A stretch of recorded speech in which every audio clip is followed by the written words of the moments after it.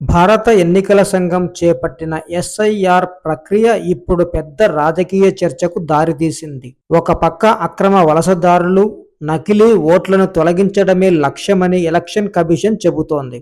మరోవైపు సరైన పత్రాలు లేకపోతే నిజమైన ఓటర్ల పేర్లు కూడా తొలగిపోయే ప్రమాదం ఉందని కర్ణాటకలో కాంగ్రెస్తో పాటు ప్రతిపక్షాలు ఆందోళన వ్యక్తం చేస్తున్నాయి. సరిగ్గా ఇలాంటి సమయంలో కాంగ్రెస్ నేతృత్వంలోని డీకే శివకుమార్ ప్రభుత్వం కీలక నిర్ణయం తీసుకుంది. రాష్ట్రంలో నివసించే వారికి శాశ్వత నివాస ధృవీకరణ పత్రం అంటే పర్మనెంట్ రెసిడెన్స్ సర్టిఫికేట్ ఇవ్వాలని డిసైడ్ అయింది. 7 రోజుల్లో ప్రభుత్వ నిర్ణయాన్ని అమలు చేయాలని అధికారులకు ఆదేశాలు కూడా వెళ్లాయి.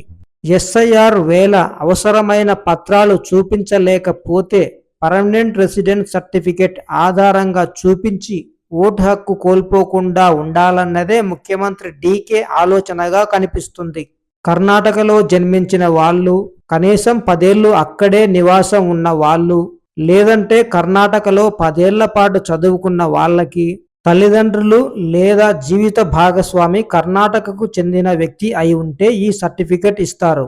ఓటరు జాబితా ప్రత్యేక సవరణ ప్రక్రియను దృష్టిలో ఉంచుకొని రాష్ట్ర వ్యాప్తంగా 49,000కు పైగా ఓటరు సహాయక కేంద్రాలను కూడా అధికారులు ఏర్పాటు చేశారు.